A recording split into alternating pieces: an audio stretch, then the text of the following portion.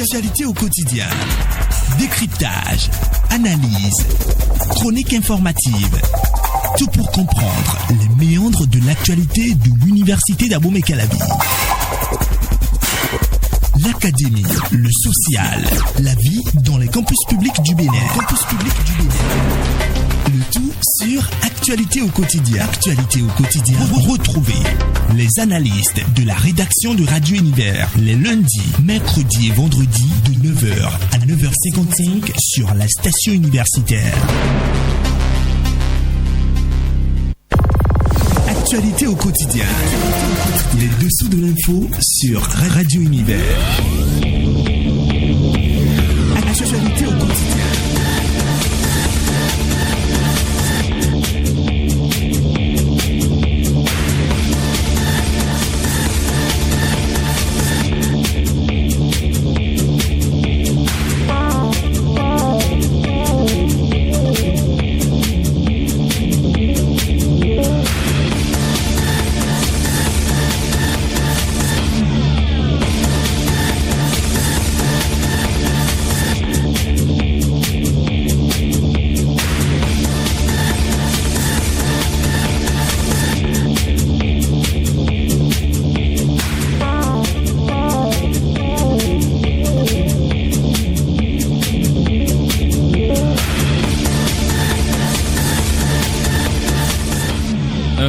Sans vie, découvert de la matinée d'hier à l'université d'Abomey-Calavi. Mesdames et messieurs, bonjour, bienvenue à ce nouveau numéro de votre émission Actualité au quotidien, le premier de la semaine.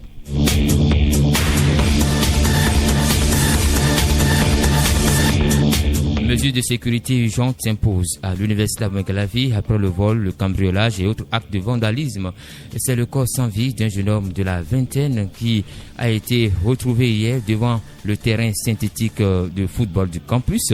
En attente des résultats des enquêtes de la police républicaine, l'identité du jeune homme n'étant pas encore connue, nos débatteurs en émission ce matin vont essayer de proposer quelques pistes de solutions pratiques pour la sécurité des biens et des personnes dans ce rôle du savoir.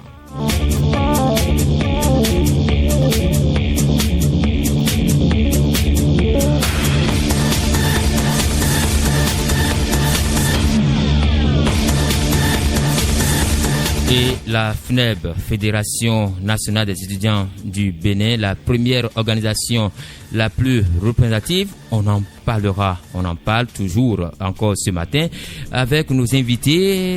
Il y a à ma gauche ici Romuald Assoklé, l'habitué de l'émission Actualité au quotidien des lundis. Bonjour à vous. Bonjour à Delphes, bonjour à toutes et à tous. Boris Agbalika qui va nous présenter la quintessence de sa chronique d'ici et là, vie fédérale après Akapo. Boris, bonjour. Bonjour Adève. Et nous avons Yannick Zoumtegbe. Bonjour à vous. Adève, bonjour à toutes et à tous.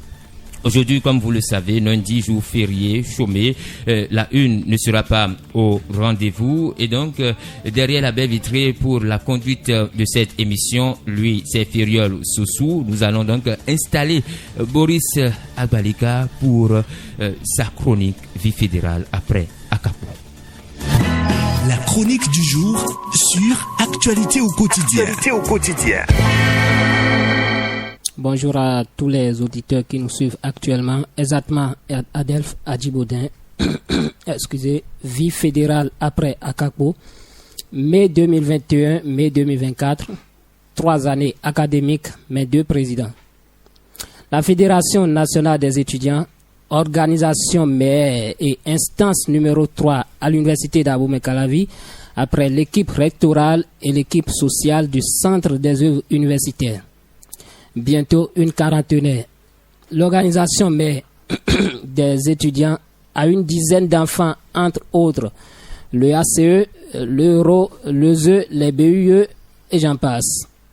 La fédération, une sous-république dans république, car disposerait-elle de sa cour constitutionnelle, à savoir le Conseil central fédéral, disposerait-elle de sa Sénat, qu'est ici appelé CEFA. Elle disposerait de son parlement qui serait les étudiants représentés par les différents responsables d'institutions spécialisées. La fédération est belle et accueillante en tout cas.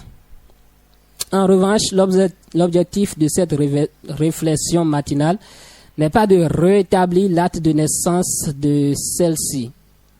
L'objectif, plutôt, en faisant ce tour de situation fédérale, est de faire voir de visu de qui parle-t-on pour jusque-là ne encore rien dire.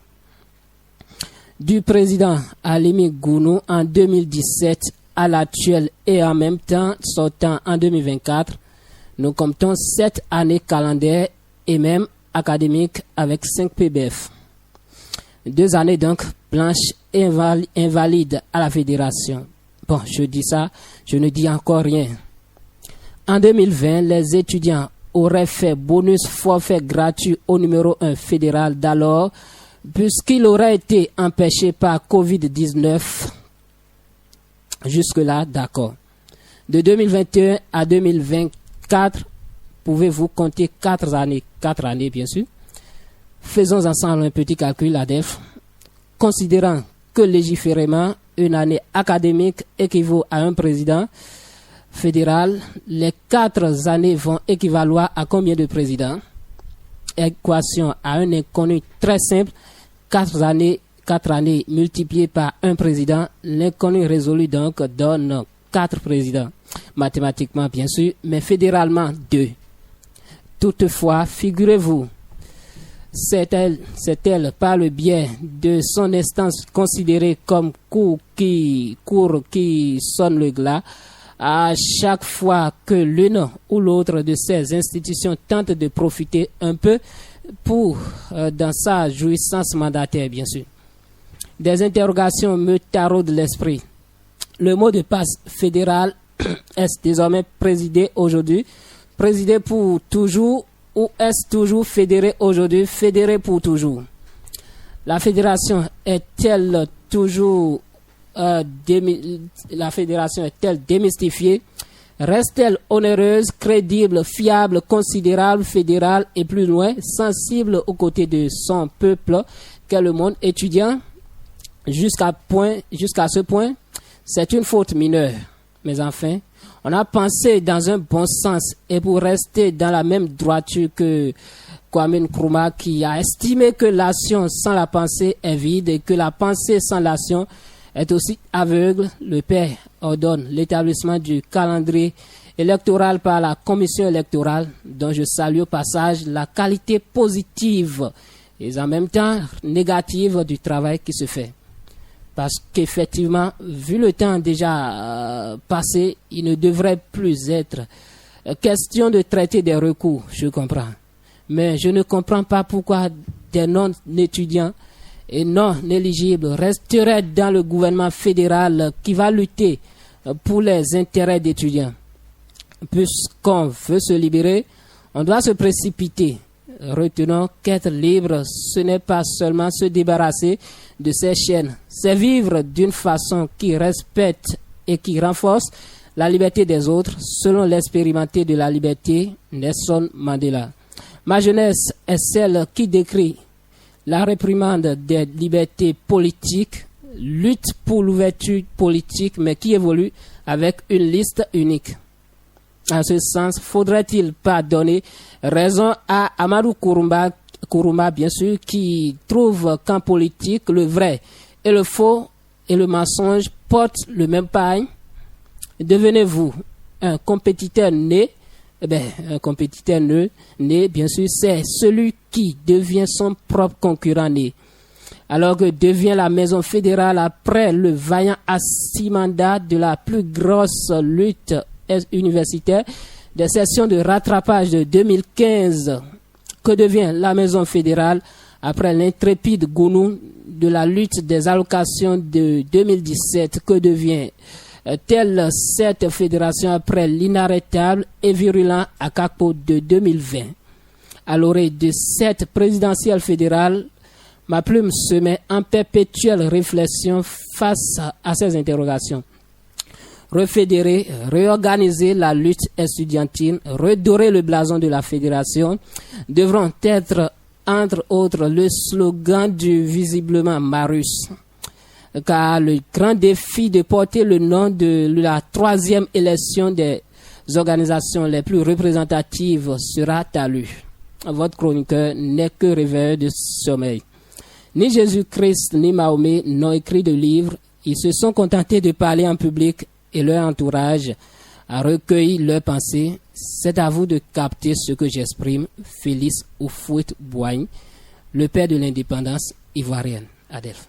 Merci à vous, Boris Agbalika, pour l'exercice matinal. Les élections pour le renouvellement du bureau exécutif fédéral de la FNEB sont prévues le mercredi 22 mai prochain sur tous les campus universitaires publics rattachés à l'Université d'Abou-Mecalavi, Veritas Institution Koudoubo. Dans le vide juridique, la commission électorale fédérale autonome dirigée par de main de maître par l'homme qu'on ne présente plus, Mohamed Danikaye. Mais avant d'analyser le processus électoral qui se déroule actuellement à la Fédération nationale des étudiants du Bénin, direction le campus synthétique de l'Université d'Abou-Mecalavi où le corps sans vie d'un jeune homme a été retrouvé. C'était dans la matinée d'hier. Le corps du jeune homme a été couvert d'un pagne. Le débat sur Actualité au quotidien.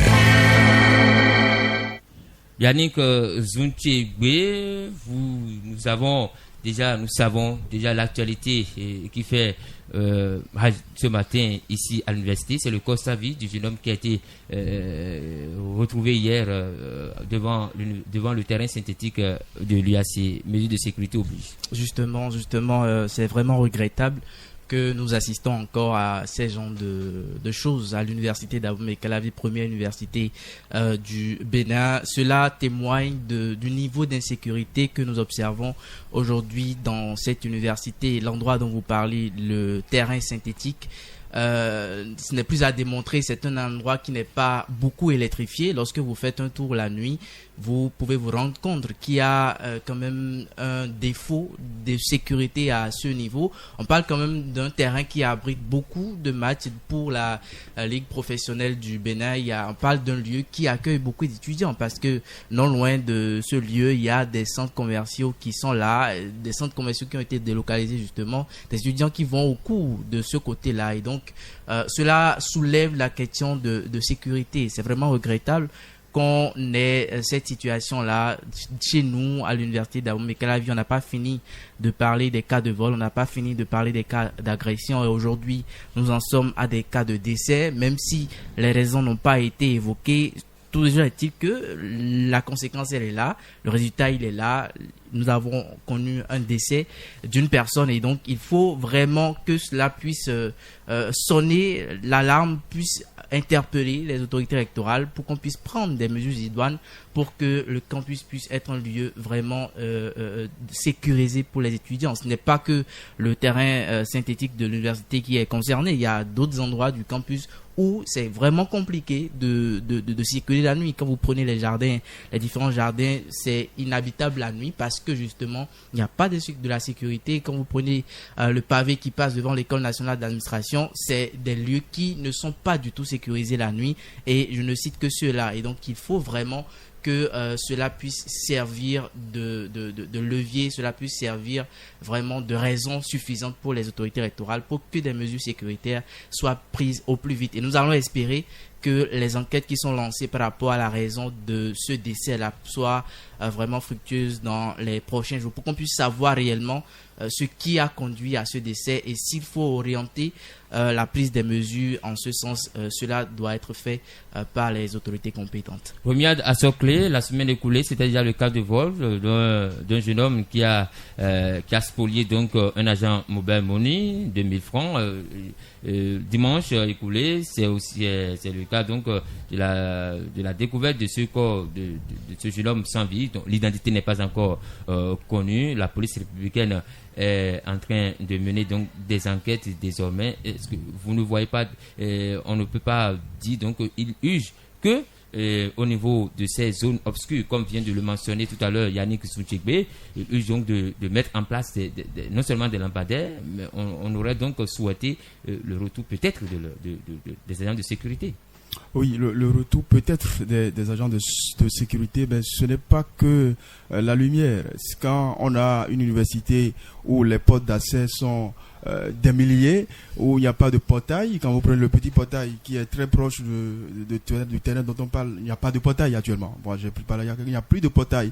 Donc, quand on est dans ces circonstances-là où l'insécurité même n'a plus vraiment raison d'être sur le campus, on peut s'attendre tout naturellement à tout ce que vous décriez. On a décrit chaque fois les vols de moteurs de climatiseurs. Il y a le professeur du laboratoire de Platzer qui a chaque fois décrié le cambriolage de son laboratoire. Et depuis ce temps, les mesures idoines, les mesures qui essayent n'ont pas été prises pour donc sécuriser le campus.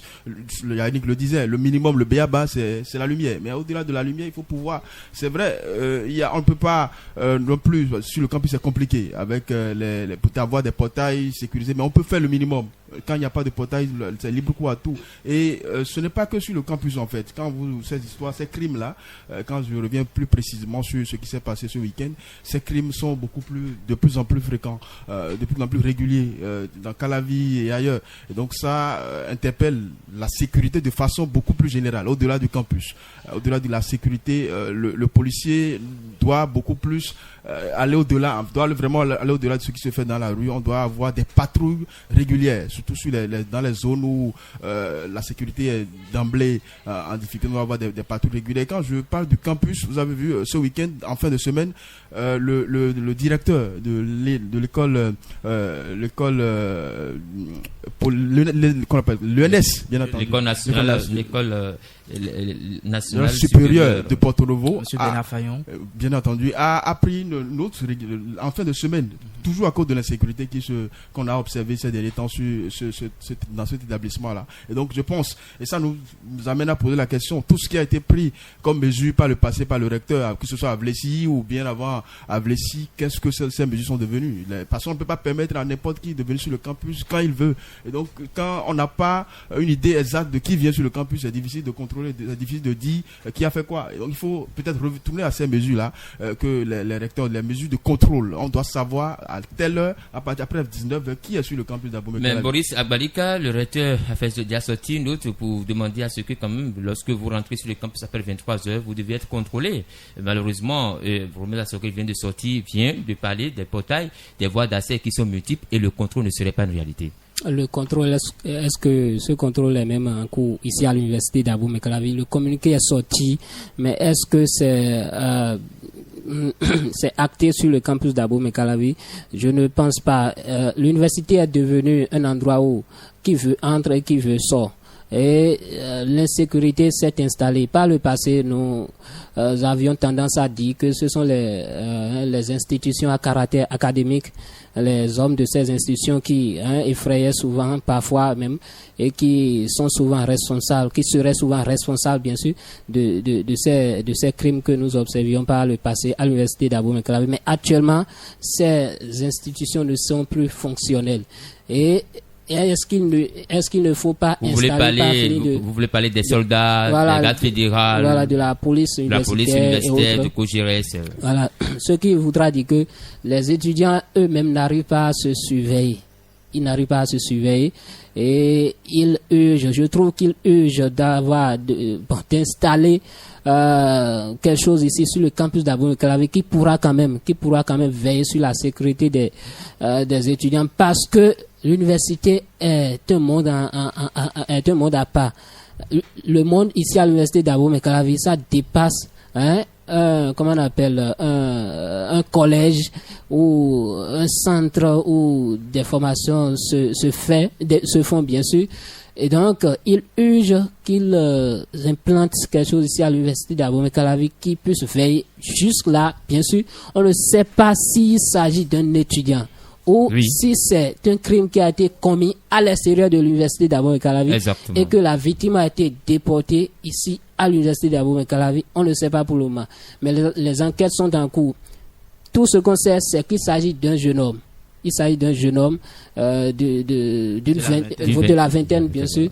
Et donc, en attendant les résultats des enquêtes, nous pouvons déjà dire que l'université est en pleine insécurité. parce qu'il n'y a même pas l'électricité sur tout le campus universitaire d'Abomey-Calavi. Et c'est très mauvais.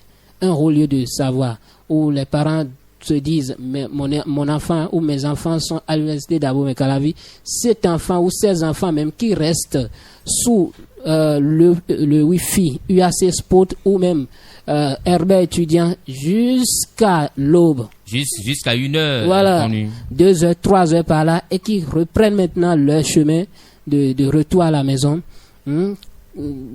Est-ce qu'ils sont vraiment en sécurité? Point d'interrogation. La meilleure question qu'on pourrait donc se poser, si Boris Abalika demande à ce qu'on mette en place quelque chose, le quelque chose qu'il faut mettre en place, n'est-ce pas le retour de la police républicaine? La police républicaine que les organisations des étudiants ont chassé ici. Mais parce que on chassé ici, on peut pas faire, vous et moi, on appelle le constat, quand la police républicaine était quand même sur le terrain, on n'avait pas observé certaines choses. Justement, il y avait un calme, et c'est justement la question sur laquelle je voulais revenir tout à l'heure quand Boris parlait de mettre en place quelque chose. Je me disais, on va mettre en place quoi? Dans un contexte où les organisations estudiantines refoulent carrément la police républicaine, moi j'ai souvent décrié cela. Lorsque vous savez que vous venez au campus pour étudier, vous êtes venu pour travailler, rentrer chez vous à la maison, la présence des forces de sécurité ne devait pas vous causer problème. Voilà, en principe. Mais c'est lorsque vous reprochez quelque chose. Moi je suis vraiment pour, et je pourrais voter même pour ça, qu'on puisse installer une base de la police républicaine. Comme cela s'est fait dans les marchés. Dans les marchés, il y a eu une police justement, républicaine. Et dans un contexte aussi qu'on parle de la proximité de la police républicaine avec la population, ça serait intéressant qu'on ait une base de la police républicaine, non pas pour stresser les étudiants comme les responsables le disent, mais pour veiller sur la sécurité. Je pense même que le simple fait de savoir qu'il y a des agents de sécurité, qu'il y a des forces de l'ordre sur le campus devait vraiment démotiver certains actes. Lorsqu'il y a des patrouilles régulières et qu'on veille vraiment sur la sécurité des étudiants, ça pourrait ne pas se faire. Même, moi je me demande comment est-ce que, si éventuellement c'est un acte qui a été causé hors du campus, comment est-ce que ça s'est passé jusqu'à ce qu'on amène ce corps-là ici à l'université. Les enquêtes nous le diront. Donc moi, je suis vraiment pour que la sécurité soit renforcée. Aujourd'hui, nous n'avons plus d'institutions à caractère paramilitaire ici chez nous. Ils ont été, les institutions là ont été suspendues, mais il faut quand même qu'il y ait un dissout justement par la fédération et toutes les autres organisations. Et donc, il faudra qu'il y ait un dispositif sécuritaire digne du nom pour veiller sur la sécurité des étudiants. On ne va pas seulement se limiter à l'électrification, mais également aller au-delà pour savoir qu'en cas de force majeure, quelqu'un peut intervenir, quelqu'un peut veiller sur la sécurité des étudiants. C'est très important. Romain Dassocré, il y a 2 semaines écoulées, 2 semaines en arrière, il y a eu des forces de l'ordre qui sont venues au niveau du centre commercial EPAC, mais le constat c'est que tous les étudiants ont commencé à se poser des questions. Qu'est-ce qui se passe? C'est tellement que on aurait compris que quand la présence des forces de l'ordre, comme vient de le mentionner tout à l'heure Yannick Zoujébé, effraie les étudiants. Bon, on nous a chaque fois parlé de franchise universitaire et encore cette année, il y a le COUS qui a fait une communication sur la chose. Il y a de plus en plus, avec le temps, on essaie de démystifier la chose, de clarifier, de reclarifier un peu la chose. Franchise universitaire n'est pas synonyme d'insécurité, n'est pas synonyme d'absence. Ça se fait sur d'autres campus ailleurs, ça se fait très bien. Mais le paradoxe, c'est que moi, j'ai toujours l'impression, parce que encore la semaine passée, j'ai vu des policiers sur le campus. Maintenant, je ne sais pas si ils font des gardes permanentes ici sur le campus. Si ça se faisait et qu'on a ce genre de situation, ce qui n'est pas impossible d'ailleurs, parce que on a des policiers un peu partout, mais on a toujours les crimes, ce genre de crimes, on entend ça se passe régulièrement. Et donc je pense que ce n'est pas exclu qu'on accepte accueillir une base, bien entendu de commun accord, qu'on sache aussi, parce que parfois c'est le zèle des policiers qui font que les étudiants craignent. C'est le zèle. Les policiers sont parfois très zélés quand ils viennent. Le milieu universitaire, c'est le nerf de guerre, on est tout le temps méfiant et donc on ne se fait pas confiance. Quand on ne se fait pas confiance, c'est difficile, c'est compliqué. Peut-être qu'il ne s'agira pas des policiers républicains, qu'il faut trouver une alternative. Il faut trouver la police municipale. Bien sûr, la police qui est beaucoup moins fougueuse, que les étudiants craignent le moins. Maintenant, la solution aussi, une solution très importante, c'est vrai. C'est une histoire qui est déjà, une affaire qui est déjà devant les juridictions. On ne peut pas tout de suite déjà avoir une idée des réels mots bibliques, de ce qui s'est réellement passé. Mais il y a quelque chose qui est constante, qui est sûr, c'est que l'université d'Abomey-Calavi n'est pas en sécurité. Et donc le recteur, c'est peut-être le moment encore de réactiver ce communiqué éternel qu'on a toujours vu, mais qui n'a jamais eu d'effet, qui appelait à venir sur le campus avec les cartes d'étudiants. Il faut venir avec des preuves qu'on est étudiant à partir d'une certaine... Il faut peut-être réactiver ce communiqué-là et maintenant passer vraiment au suivi pour qu'on n'arrive pas à des choses parce que ça vraiment le bouchon est poussé très loin jusqu'au mort à mort d'homme. C'est un peu grave et sinon c'est grave et il faut prendre des mesures urgentes. Boris Agbalika?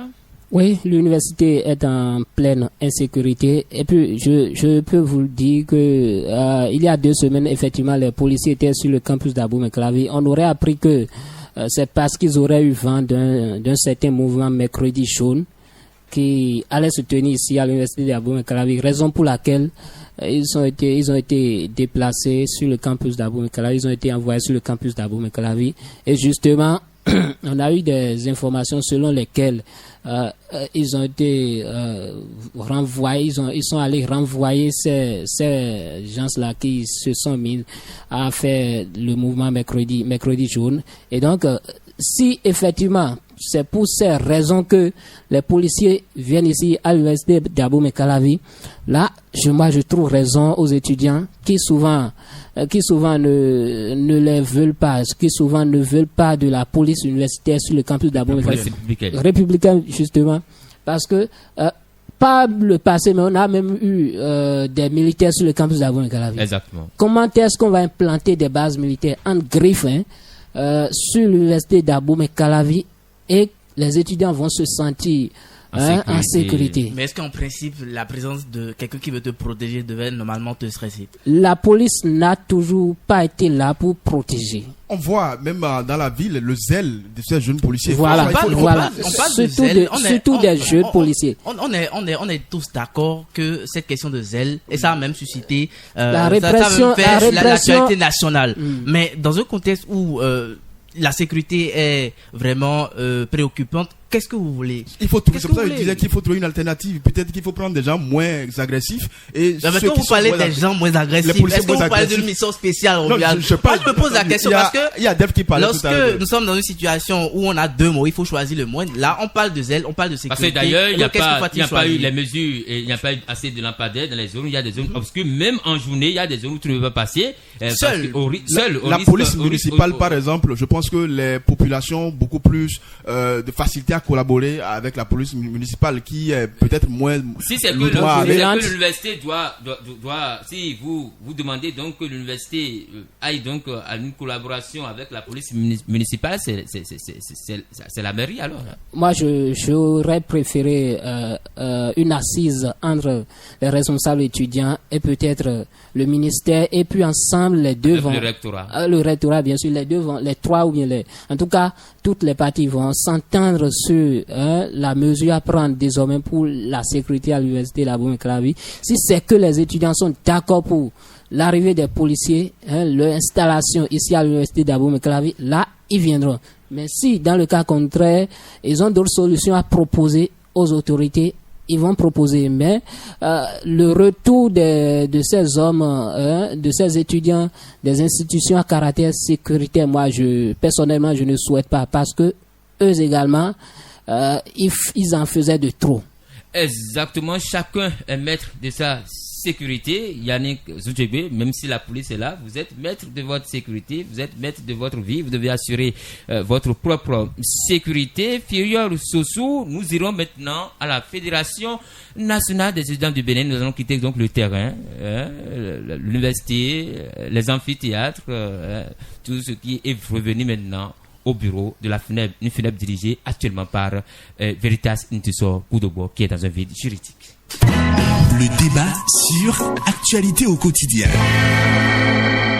Boris Agbalika, je reviens à vous. Vie fédérale après Akakpo. Vous parlez bien évidemment de Wenceslas Edo Akakpo. Pas de confusion, chers auditeurs, auditrices. C'est bel et bien Wenceslas Edo Akakpo. Il y a des Akakpo aussi. Exactement. Vie fédérale après Akakpo, c'est le titre de votre chronique de ce matin. Vous avez décortiqué un peu ce qui se passe au niveau de la vie fédérale. Les calculs au niveau de la vie fédérale ne sont pas les mêmes comme les calculs en mathématiques. C'est vous qui le dites. Oui, Adelph, j'ai titré ce matin vie fédérale à l'université, vie fédérale après Akakpo, parce que j'ai fait des analyses depuis, disons, une dizaine d'années, disons depuis 2015, où l'année a été invalidée ici à l'université d'Abomey-Calavi dans certaines, 2015-2016, voilà, dans certaines facultés, à la FLAC justement. Jusqu'à ce jour, nous avons connu des présidents à la tête de la fédération. Et j'essaie de comparer un peu. D'abord, je suis allé au mode d'élection, d'éligibilité à la tête de cette fédération avec 7 ans, mais 5 présidents. 7 ans, 5 présidents, parce que il se pourrait que les années ne sont pas les mêmes partout.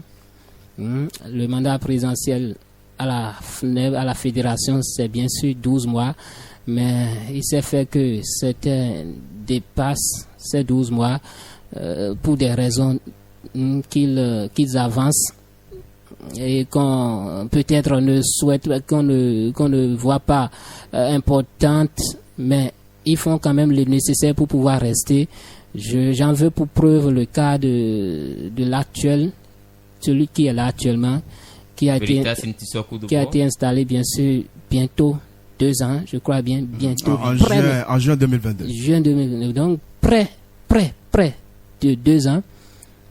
Mais il a été installé, mais nous avons vu ici à l'université d'Abomey-Calavi ce qui a changé, comment ces 2 ans de sa gestion ont été à l'université d'Abomey-Calavi. Je ne sais pas comment est-ce qu'il pourra faire un bilan, ou bien sur quoi pourra-t-il se baser pour faire son bilan, parce que à la dernière minute nous avons eu les GEB, la journée de l'étudiant béninois, mais en dehors de cela, personnellement, je ne trouve pas autre chose. Tout récemment, vous n'allez pas me dire que tout récemment, quand même, la FNEB a mené des démarches pour que ceux qui bénéficient des allocations universitaires puissent être quand même, et qui n'ont pas pu s'inscrire. Entre-temps, la DBAU, la direction des bourses et allocations universitaires, a décidé, disons, de leur permettre de faciliter une nouvelle inscription. Et c'est grâce notamment à l'équipe dirigée par Veritas Intisor Koudougbo. L'équipe dirigée par Veritas Intisor Koudougbo, qui devait normalement déjà finir, mais qui est encore là. Vous voyez, en 2 ans, voulez-vous me dire que c'est sur la base de cela qui peut faire un mandat, un bilan? Bon, c'est vous qui posez les questions. Mais... Non. En fait, c'est que quand vous regardez quand vous regardez un peu, il a été installé et pendant des mois, apparemment, il n'est pas reconnu par l'équipe rectorale. Il était passé dans ce studio disant qu'il avait eu un souci avec l'équipe rectorale, avec le rectorat. Donc, c'est près d'un an après que les élections ont été réorganisées et qu'il a été pas fini, réélu. Et il est en train de boucler pratiquement 2 ans. Bientôt en juillet, oui. ça fera 2 ans qu'il a été installé. Le 29 juillet 2022, c'était la date de son installation, 2 ans après. Quel bilan! Oui, c'est peut-être difficile de défendre Intisor Veritas Koudougbo et son équipe, c'est très difficile, mais je pense qu'il s'est limité, on s'est limité à ce qui se fait de façon classique. Quand on a vu Intisor et son équipe, le président Intisor et son équipe, c'est pour aller demander au rectorat de prolonger les délais pour les inscriptions, c'est pour aller demander, comme le disait Boris tout à l'heure, de nous aider pour prolonger les délais pour les boursiers, les secourus. On n'a pas vu Intisor sur des questions brûlantes, sur les vraies questions qui touchaient à l'université.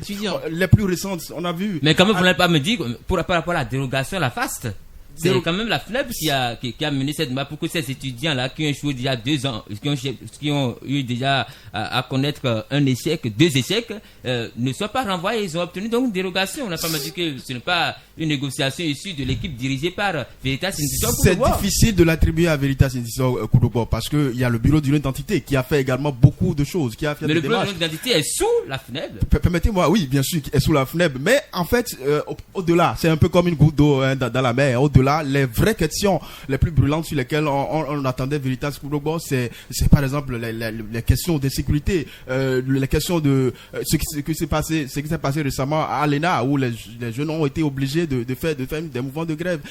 On le voit, mais pas. Ce qui s'est passé à l'ENA, c'est qu'il y a coupure pendant plusieurs mois. On parle de 7 mois. Bien entendu. On n'a pas entendu le président. Il n'a pas pris parole pour la parole pour dire ce qui se passe réellement. Qu'est-ce que la FNEB a fait dans cette situation. Donc c'est des questions sur lesquelles on l'attendait. C'est aussi sur le plan de transport, c'est inutile de revenir sur cette question-là qui est restée pendant pratiquement tout son mandat. Et pour rappeler un peu son mandat, ce qui s'était passé, comme le disait Boris tout à l'heure, quand il a pris le pouvoir, je pense que c'était en juillet 2022. Ensuite, il y a eu des recours. Il y a eu plusieurs recours et c'était des recours vérifiés parce que le rectorat avait sorti, c'était un étudiant, Aristide, qui avait demandé au rectorat, qui avait dit au rectorat qu'il voudrait avoir la situation de certains étudiants qui étaient dans le bureau. Et le recteur, on se rappelle bien entendu de cette note, de cette correspondance du recteur à Vlessy, qui avait montré qu'il y avait parmi ces étudiants-là, 3 qui n'avaient pas d'inscription, qui n'étaient pas inscrits. Et il y avait également 2 qui se sont inscrits après les élections en juillet, alors que les élections se sont déroulées en juillet. Dans le concerné lui-même. Bien entendu. Bon, moi je ne veux pas appeler le nom de quelqu'un, mais c'était des faits. Il faut quand même dire les choses ouvertement. Les électeurs ont besoin de savoir la vérité. Parce que il y en a qui ont été élus présidents de la FNEB, mais qui ont validé leur inscription après la prise de fonction. Ce qui est assez grave, c'est très grave. Et donc, c'est face à cela qu'on a été obligé de reprendre les élections. Les élections qui ont été organisées franchement, c'était carrément, je n'ai pas de mots pour décrire ce qui s'est passé. On a reconduit la même équipe qui est là maintenant. Ça fait bien, je pense en novembre, on a repris les élections en novembre 2022, donc 6 mois après les premières élections, et ils sont revenus, ils sont là depuis, et comme je le dis, le bilan globalement, pour moi, il est négatif. On a beaucoup de choses sur lesquelles on attendait ce bureau. Franchement, c'était une déception. Adelph, on a connu la lutte de la FLAC avec son président, l'ancien président BUE, dont j'oublie le nom, la lutte non pas Ganfa, à Vossé, à la Flash, David Bonou qui a fait une lutte contre les soutenances à la FLAC justement, mais ce président pouvait quand même soutenir cette lutte et pouvait quand même la généraliser dans toutes les facultés, mais on n'a pas eu ce président qui a pu soutenir cette lutte. À l'université de Parakou, il y a près d'un mois, les soutenances ont été pas le recteur, mais ce n'est pas mettre à l'actif de la Fédération nationale des étudiants. Je n'en disconviens pas. Les situations ne doivent pas forcément être les mêmes. Si là-bas les étudiants n'ont pas eu cette idée de faire cette lutte et que c'est le recteur ou l'équipe rectorale qui a eu l'intention de supprimer les soutenances, ici, si l'équipe rectorale, les soutenances à la Flash et à la FASEG. Tout à fait. Si l'équipe rectorale ici n'a pas eu cette idée, pourquoi pas la fédération, oui, pour pouvoir, même si cette suppression de soutenance, c'est sur la suppression de soutenance de licence bel et bien, mais pas de master ni de doctorat, Boris Sabalika. Oui, les conditions ne sont pas les mêmes. Il faut pas qu'on les conditions ne sont pas les mêmes. Mais la véritable question, c'est de savoir aujourd'hui ce que fait la Fédération nationale des étudiants du Bénin pour les étudiants. Nous ne sommes pas là pour régler les intérêts personnels, les intérêts politiques de tout un chacun au sein de la fédération. Et moi, je n'attendais pas mieux d'un bureau exécutif fédéral qui était illégitime au départ. Je n'attendais pas mieux dans le processus électoral qui a démarré depuis quelques semaines. Aujourd'hui, nous sommes le jour de la dernière journée de la campagne électorale, alors qu'il y a eu des recours qui ont été formulés à l'endroit de l'actuelle commission électorale fédérale autonome, qui est censée être autonome, mais qui ne fait pas preuve d'autonomie. Une commission électorale fédérale autonome dirigée par Mohamed Dani Kaye. Deux listes sont retenues désormais. Non, une seule liste. La liste unique. Et c'est le syndrome de la liste unique que nous vivons après Akapo, dont parlait Boris tout à l'heure. Après Gonling Abidou, on a eu l'unique liste retenue, c'est la Renaissance. Initialement, Marius Tomakou.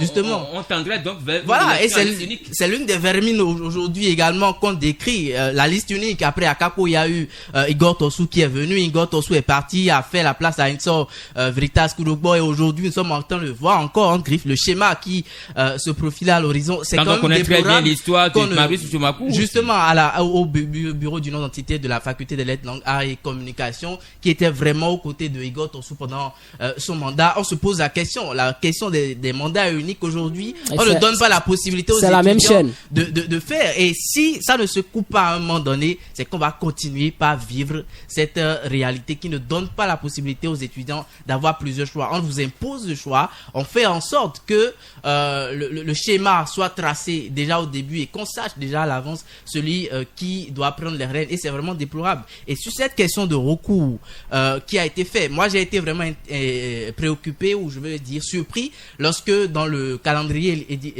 électoral on a prévu la réception des recours pour le dimanche 12 mai 2024, mais qu'on n'a pas prévu une période de traitement de ces recours. On a prévu la période de traitement des recours après les élections, là où toutes les pièces seront déjà jouées et que les étudiants n'auront pas le choix.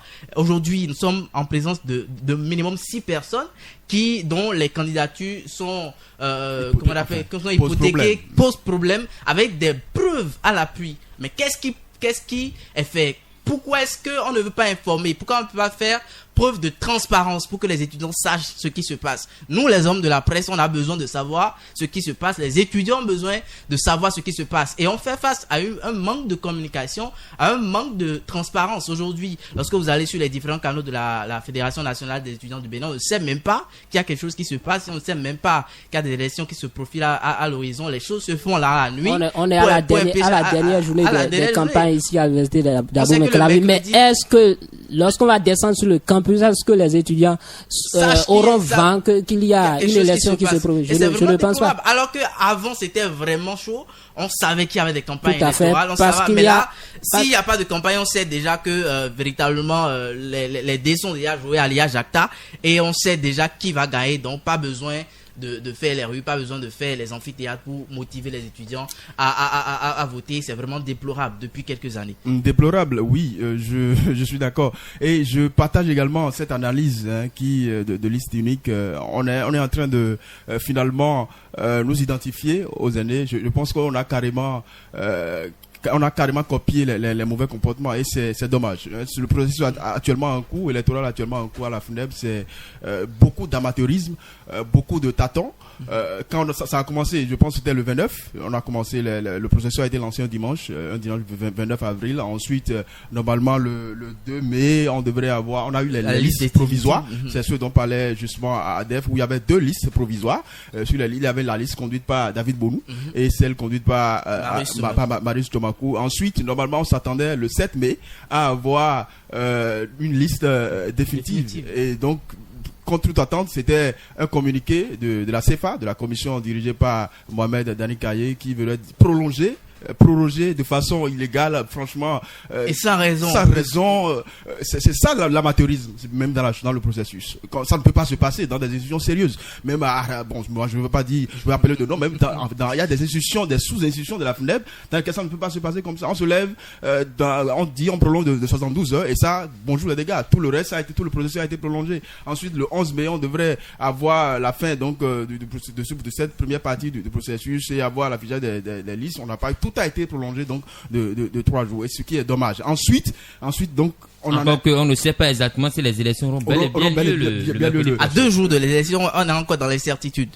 Et donc, si on remonte donc au code électoral, qui a été un peu comme ça s'est passé avec les aînés, taillé sur mesure, on a pratiquement, c'est pour ils n'ont pas juste pas appelé les noms des gens, dans le code, on a taillé les codes pour chasser des gens, et donc pour restreindre le processus actuellement, ce qui est très bien dommage. Et en même temps, les mêmes personnes ne respectent pas les articles du code électoral. Il y a justement cet article 16 ou 17 qui dit il faut pas faire plus de 3. 16 et 17. Voilà, 16 et 17. Donc, ce sont ces mêmes articles qui ont conduit INSOR à faire un mandat no limite, à faire 2 ans au lieu d'1 an. Parce que c'est le respect de l'article 16 qui avait amené des gens à écrire au recteur pour savoir ce qui s'est passé. Donc, ce qui risque de se passer, on va peut-être continuer comme ça s'est passé l'année passée avec INSOR. Et les gens vont encore faire recours au recteur qui va encore sortir une liste et montrer qu'il y avait des étudiants qui ne sont pas inscrits et qui sont devenus présidents, qui sont devenus vice-présidents, qui sont membres du bureau. Et donc, quand je quitte là, quand je laisse le code électoral, il y a la liste elle-même qui manque d'éthique. Vous voyez quelqu'un comme David Bonou qui avait sa liste. Je ne sais pas comment ça s'est passé, pas extraordinaire. Il s'est retrouvé encore avec Marius Tchomakou. On vous dira que ce sont les schémas. Qu'est-ce qui s'est passé en 24 heures pour que des gens qui n'ont pas les mêmes idéaux se rejoignent? La transition politique à l'université. Les idéaux ont été fusionnés. Ont été fusionnés en moins de 24 heures. Je ne peux pas comprendre Romuald. En moins de 24 heures. C'est bien dommage pour les jeunes qui doivent normalement promouvoir, franchement, l'excellence, l'éthique, même en politique. Et c'est très bien dommage. Quand je prends maintenant les personnes elles-mêmes, quand vous prenez qui ont des bilans, il y a plusieurs qui sont des institutions qui viennent d'autres institutions. Quand vous prenez, c'est quelqu'un comme Eoudi Akintan qui, je pense, est DVP, deuxième vice-président ou troisième vice-président sur la liste. Troisième. Elle vient de BDCR. Le bilan, il est mitigé, sinon négatif. C'est des gens qui n'ont pas fait, les gens qui n'ont pas fait de preuves, qui n'ont pas, enfin, c'était bien entendu sous Itissor. Elle a été présidente du BDCR sous Itissor. Le bilan n'est pas bon. Quand vous prenez quelqu'un comme Marius même, Tchomakou, qui vient du cabinet du président, il y a un cabinet extraordinaire qui s'est créé pendant le mandat.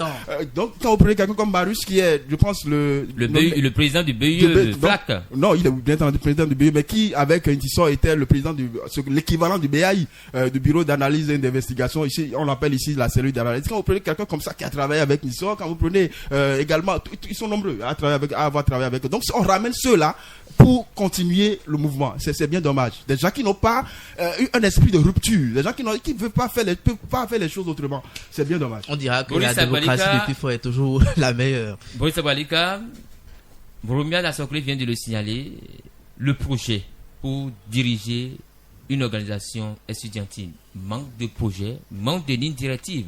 Et puis après, on se retrouve sans bilan, comme ce sera le cas de Veritas Industries Cotobo, à qui vous avez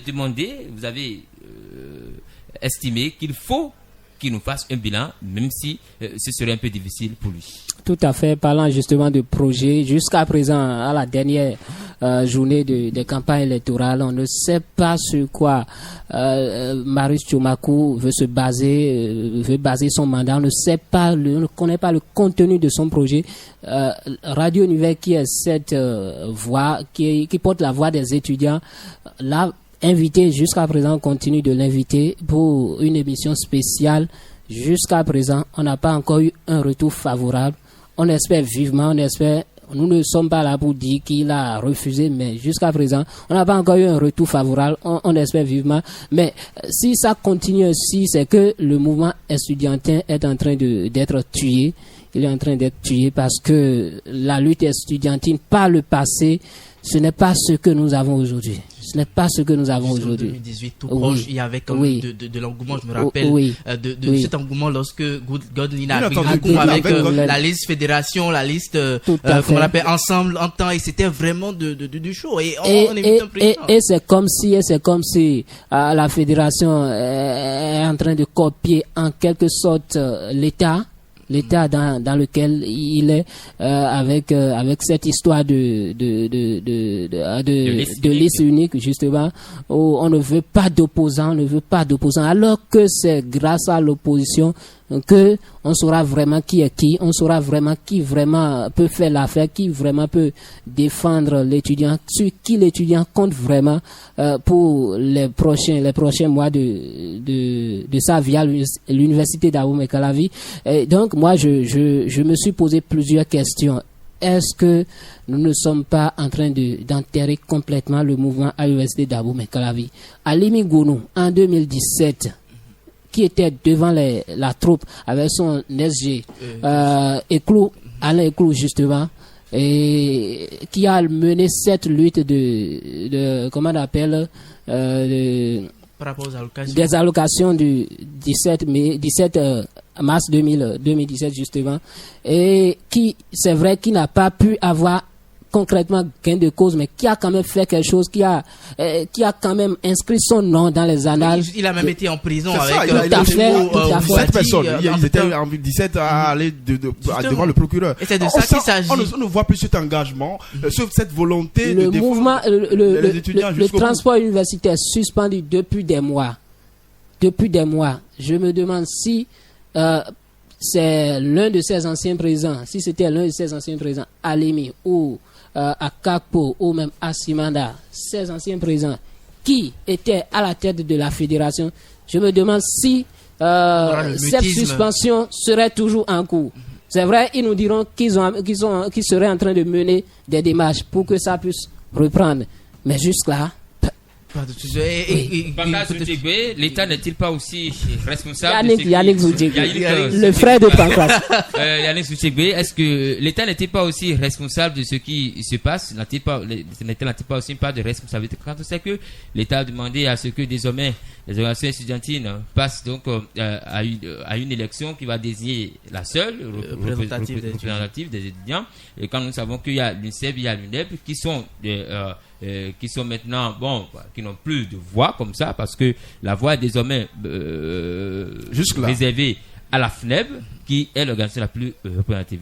Ne culpabiliserons-nous pas aussi l'État, qui en est aussi pour une cause, si les organisations sont infiltrées aujourd'hui? Moi, je pense que cette décision de l'État devrait normalement être un vrai levier de militantisme. Ça devait être une vraie motivation pour les organisations estudiantines dans leur lutte, pour que chaque organisation puisse travailler pour les étudiants, puisse à un moment donné faire un bilan. Aujourd'hui, nous avons l'organisation la plus représentative qui est la FNEP. Ça ne veut pas dire que les autres organisations n'ont pas le droit de défendre les droits des étudiants. C'est seulement que voilà, on a une organisation plus représentative qui est la FNEP aujourd'hui. Et moi, je suis vraiment peiné de savoir qu'on vous choisit en tant qu'organisation la plus représentative, mais que vous avez décidé d'aller par la voie de la négociation. Nous avons plusieurs fois reçu ici le président passé Igor Tossou, qui nous a parlé de la refonte, pour parler peut-être de la réinvention du militantisme universitaire, passer par la voie de négociation pour aller, mais si la négociation ne porte pas, comment on fait? Est-ce qu'on va longtemps rester dans ce problème, dans cette gîte-là, des problèmes des étudiants sans solution, et continuer de la façon? Et ce n'est pas seulement à l'université d'Abomey-Calavi, on a l'impression que cette infection-là est en train de se propager dans les autres universités. Aujourd'hui, le recteur même de l'université de Parakou a suspendu le processus électoral à la Fédération nationale des étudiants de l'université de Parakou, parce qu'il y a eu des manifestations de part et d'autre. Et aujourd'hui, nous sommes à l'université d'Abomey-Calavi avec la Fédération nationale des étudiants du Bénin et les autres organisations dont on ne sait même pas l'avenir. Il y a aujourd'hui l'autre organisation sœur dont on ne va pas citer le nom, qui aujourd'hui est scindée en deux. Nous avons deux gouvernements au sein d'une même union. Vous parlez de l'UNICEF. Entre parenthèses, après on parle d'une autre organisation carrément dont l'actualité n'est plus existante, qui a un président depuis 2022, Lionel Ouanou, qui est toujours là, mais on ne sait pas quand est-ce que les élections seront organisées. Et tout, c'est vraiment un foutu qui ne permet pas à l'étudiant aujourd'hui de se lancer dans le militantisme. On a vu la rentrée fédérale avec Igor Tossou, où on a promu vraiment le militantisme, mais je me demande à quel moment est-ce que les étudiants auront le goût d'aller vers le militantisme et de militer justement pour les droits des étudiants et non pour leurs intérêts personnels. Oui, Adelph, quand on parle de l'État, je pense que ça a un peu émoussé l'ardeur des étudiants. Ça, c'est une vérité, c'est un fait. Et ce n'est pas limité à l'université. Vous voyez, les lois, même à l'échelle nationale, même au niveau des centrales des confédérations syndicales, les lois sont élaborées pour un peu maîtriser tout ce qui se passe. Les mouvements, que ce soit des syndicats, ou que ce soit donc en milieu étudiant. Mais on devrait toujours avoir cet esprit de clairvoyance, cet esprit de défense, franchement, de transparence, de défense de ces étudiants-là, parce que on a finalement l'impression que la FNEB est devenue un bras droit, une direction annexe du ministère de l'enseignement supérieur, et c'est pipant quoi. Quand ça, on fait tout ensemble, on n'a plus vraiment de redevabilité, on ne fait plus vraiment, on fait plus le retour aux étudiants. On ne sait pas. On va nous dire peut-être qu'il y a beaucoup de choses qui se font en ce qui concerne les bûches. On ne sait pas. Mais il faut qu'on parle aux étudiants, qu'on prenne l'avis des étudiants, on défend les étudiants. Oui, Maurice Balika, vous, je vais vous poser une question. Vous qui êtes spécialisé en histoire, ne voyez-vous pas qu'il faut donc faire asseoir ces jeunes étudiants qui aspirent au militantisme dans la vie estudiantine pour leur raconter l'histoire de l'organisation étudiante dans laquelle ils sont, l'UNEB, l'UNICEF, FNEB? Parce que si vous voulez être grand, il faut monter quand même sur les épaules des grands. Ils jugent qu'on leur raconte cette histoire. Mais si on leur raconte cette histoire et que ils sont moulés dans cette histoire et que par la suite on ne prospère pas cette manière de gouverner par le passé, quoi qu'on fera, ils ne seront pas intéressés par cette lutte à l'université d'Abomey-Calavi parce que rien ne va les intéresser. Rien ne va les intéresser. L'autre chose qui a manqué au bureau sortant, c'est bien sûr la communication. La communication a manqué.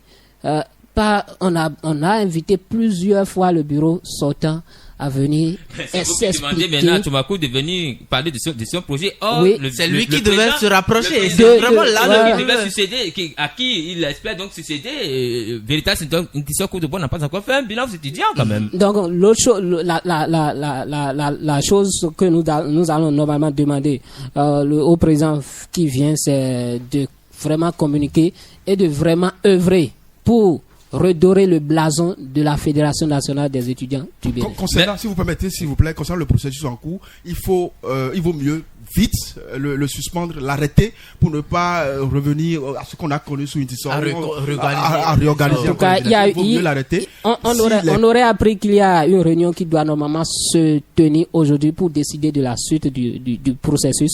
Et nous ne sommes pas contre quelqu'un, nous ne sommes pas contre une institution. Voilà, c'est tout.